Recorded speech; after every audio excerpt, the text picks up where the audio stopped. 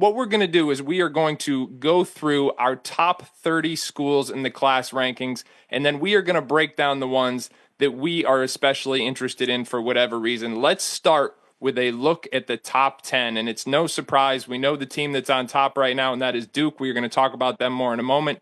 UConn, the two-time defending national champions, seems fairly appropriate that they are sitting at number 2 on the class ranking list, followed by Kentucky, Notre Dame, Michigan, LSU, SMU, Iowa State, Mississippi State, and Northwestern. Those are the top 10 recruiting classes in the country today on early signing day. Bossi, I'm going to start with you. Notre Dame and Micah Shrewsbury have done work on the transfer portal and the recruiting world so far. What is it about this group that makes them so special? Well, certainly the transfer portal is probably coming down the road, but what makes it so special is how about going and getting a 5-star like Jalen Harrelson, an instant impact guy who's going to play a variety of positions for him. They've sold him on being a big point guard. He's certainly got some of the skills to do that at 6'7". He can handle, he can pass. They beat out some big time schools, heavy, in-state Indiana, Michigan State, schools like that. So he's great, but he's not it. I think they've built a team or a group of recruits around him that really fits with him. Ryder Frost is one of the best shooters in the country coming out of New England. He's got size at 6'6". Tommy Oneman is a big man from the Dakotas who he takes up space. He's got soft touch. He didn't really get seen that much. Travis and I have both seen him a little bit, but he's kind of a sneaky good guy. And then I think the guy that's the real X factor is Brady Kohler in this class. He's pushing 6'9". He can really, really move. Now, he had some troubles shooting the ball during the summer, but he shoots a very, very clean ball. And I think he's a guy who's going to figure it out when he gets to college. Yeah, I love the fact that they have constructed this roster around Jalen Harrelson, who's going to play a very Jalen Pickett type role for Micah Shrewsbury. Jalen Pickett, of course, starred at Penn State. Bossi, before I go to Trav, I want to ask you about one guy. There is rumors this class may not be done yet. Nate Ament, one of the best players available in the class of 2025. Did the Irish have a shot here? Absolutely 100%. Now it's going to get interesting to see how much they can compete on the NIL front and just how big that number gets. But if the NIL is something within reason, within doing, they've got a lot going for their favor and have been a school that we've all been talking about as a behind the scenes kind of low key school that might you surprise you as having a real deep shot with him. He likes a lot what they've got going on. He's been to campus and they've got some things going in their favor there. Travis, I'm going to go to you. Obviously, the state of Kentucky and BBN is rejoicing today after last night's win over Duke at the Champions Classic. But the truth is, they've been in a celebratory mode for months now because Mark Pope has been getting it done on the recruiting trail. If there were questions about whether he would be able to carry on the power of the Kentucky brand, I think they have been answered. What can you say about this class so far? Yeah, when Mark Pope took over this job, he had to fill this roster out of the transfer portal. And so he wasn't able to bring in the high school talent that John Calipari was previously able to reel in. So now this 2025 class is his first opportunity with that. And thankfully, he had two homegrown kids to kind of really hone in on, Jasper Johnson and Malachi Moreno. And obviously, many people would assume like those kids were shoo-ins to be Wildcats. But be honest with you, while Malachi was that way, Jasper was a real fight. And so they were able to go out and get him on the recruiting trail and beat out Alabama and North Carolina in the end. And when you look at Jasper, you look at Malachi Moreno, and also most recently, Caden Lewis, you're getting three guys, and based on what we saw last night, that are going to fit in very well into this system. Malachi Moreno, a skilled, nearing 7-foot big man, that can impact the game in a variety of ways. He's really improved over the past few months. Jasper, a potent scorer and shot maker out on the perimeter, plays with a tremendous amount of confidence. His foot never comes off the gas pedal. And with the Caden Lewis, he's going to be the guy to run the show moving forward when Lamont Butler and Kirk Creasa move on. He may be slightly undersized, but this kid has a ton of game, a guy that you can give the ball to, and he's going to be able to go out and create shots not only for himself, but for those around him. And of course, the number one recruiting class in the country, once again, John Shire doing his thing. It began by landing the Boozer twins, And again, we've talked about this. Miami looked like they were in the driver's seat for a long time, but Duke came back and got it done. And what have they done since then?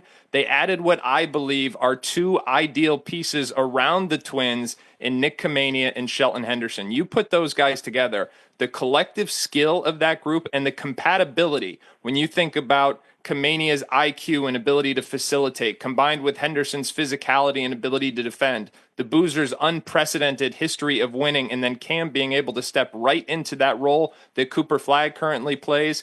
Remember, we are talking about a Duke squad right now that is starting 3 freshmen and expecting wholesale changes. They've got 4 players coming to town next year that are all going to be able to step into that lineup, make immediate contributions, and John Shire, once again, leaving no doubt that he is at the top of his game on the recruiting trail.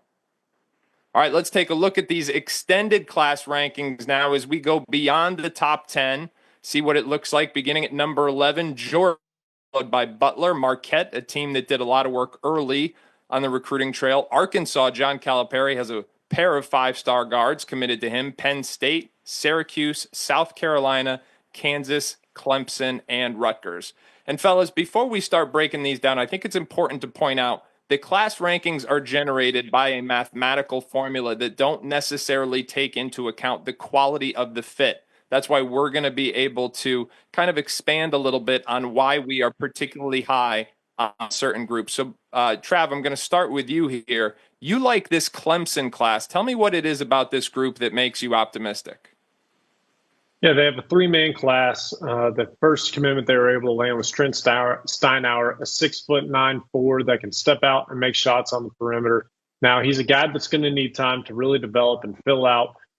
His body isn't quite there yet. So when he gets into the Clemson program, just honing in and focusing on the weight room is going to be his first and foremost priority. And then you got Chase Thompson, a versatile forward out of Minnesota, a guy that can also step out onto the perimeter and make shots, but he's a very strong, kind of a country strong forward that's going to be able to rebound his arrow, plays with a high IQ and feel for the game. But the kid that excites me the most is Zach Foster, a guy that we've had ranked for some time. And if you've been following us on the show, he's a guy that I've brought up and talked about regularly. He's a high upside guard that is committed to this process. When he committed to Clemson, Brad Brownell really pitched him on just coming in. You're going to focus on the weight room, and we're going to develop your skill set on the court. And then in maybe a year, maybe 2 years, he's really going to take off. And so he's the guy that excites me the most. And this is a class where Brad Brownell, he continues to succeed, especially showcase how he can develop players and ultimately win in the ACC. And Bossi, it may be a new zip code, but John Calipari showing that he continues to do what he has done at every previous stop, whether that be Kentucky or even Memphis before that, because he has the nation's top incoming backcourt at the moment. By the numbers, what do you make of this tandem?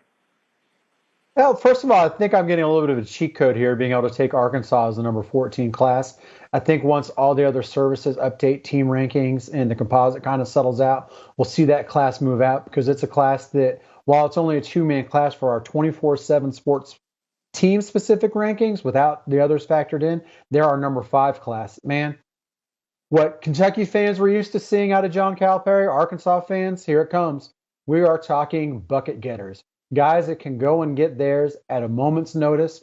We're probably going to need a little bit of time to learn how to play with each other and to learn how to, maybe submit their will to the team sometimes versus having their foot on the gas pedal at all times. But, man, I love Darius Acuff. That guy is just a pit bull of a point guard. I remember Frank Mason at Kansas a few years back, who's just a dynamic scorer and All-American. Well, I think Acuff is a lot like him, but he's probably about 3 inches taller and about 10, 15 pounds stronger coming to college. So you can imagine what that does comparing him to a guy who ended up a first-team All-American.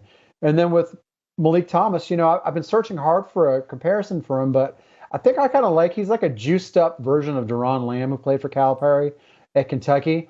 Maybe not quite as reliable an outside shooter, although he's streaky, but he's stronger. He's more athletic, and he can really go and get things off the dribble. I think while he's a guy that can make plays, playing him off the ball and just letting him be free as a scorer and not worry quite as much about making plays for others and decisions is going to really be beneficial for him. All right, guys, the program that I want to shine a bit of a light on is Georgia, what Mike White and his staff have done there. We saw him really hit the recruiting trail hard last year with guys like Asa Newell, and they've done it again this year. They have two prospects that I think are clearly trending up in Kareem Stagg and Jackson McVeigh, potentially the front court of the future. McVeigh, a 7-footer who can dribble, pass, and shoot, got a really strong base in his lower body, and once that upper body catches up, his best basketball clearly still in front of him. And then Kareem Stagg, this is a power player who has committed himself to changing his body and expanding his skill set in the last 12 months or so, one of the fastest risers in the national class of 2025. And then you've got Jacob Wilkins, who has a significant upside, the son of Dominique Wilkins, and he is every bit as athletic as you would expect given those genes. I think you have three prospects that are all trending in the right direction, may not come in and make that immediate type of one-and-done splash, but could really grow into significant roles in future years for Georgia. I continue to like what Mike White and the staff are doing on the recruiting trail. All right, let's go back to those class rankings. We've talked about the top 20. Let's finish this list off and see what the top 30 looks like. At 21, we've got Darian DeVries in West Virginia landing a commitment just the other day. Florida is at number 22. North Carolina has a new backcourt, and they are in at 23. Georgia Tech at 24. Ole Miss at 25, followed by Miami, Alabama, Providence, Michigan State, and Washington.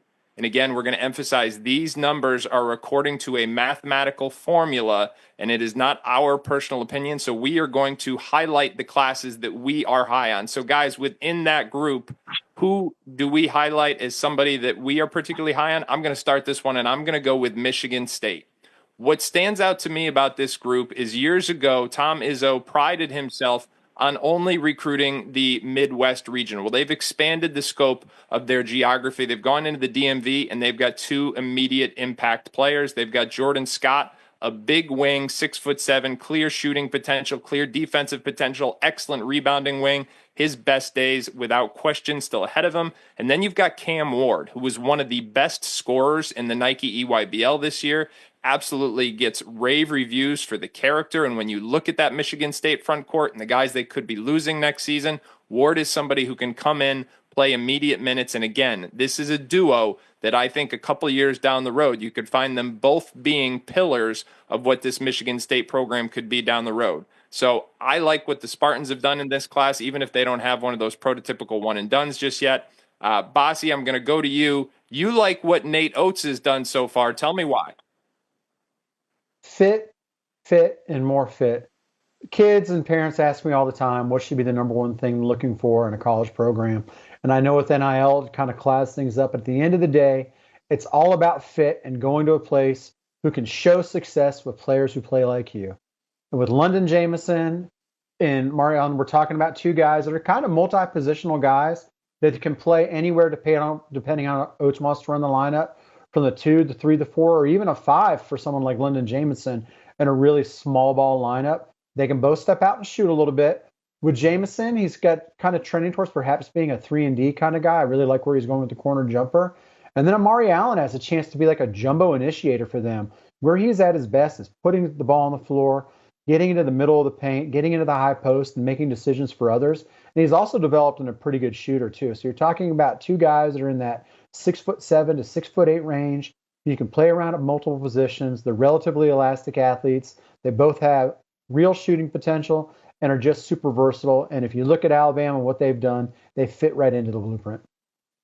All right, Travis, Hubert Davis knew coming into this recruiting class that the backcourt was the top priority. He has two guards, and you're pretty happy with what they've got so far. Yeah, no question about it. You're getting two different style guards. Both can play on and off the ball, but Derek Dixon is a high floor combo that can come in and impact right away with just how well he shoots the basketball. He's the guy that's played at the highest levels of high school basketball, obviously playing in the Nike EYBL with Team Takeover this summer, but playing with Gonzaga up in D.C. He is playing against some of the top competition and getting some of the best coaching. So he's going to be a guy that's going to come in, just be able to plug and play right away with his ability to make shots and facilitate around the perimeter. And then Isaiah Dennis, he is one of the guys that we've had ranked and been very excited about for some time. And his best days are still ahead of him. A 6'4", 6'5" guard that can really score it, particularly by way of making shots from three.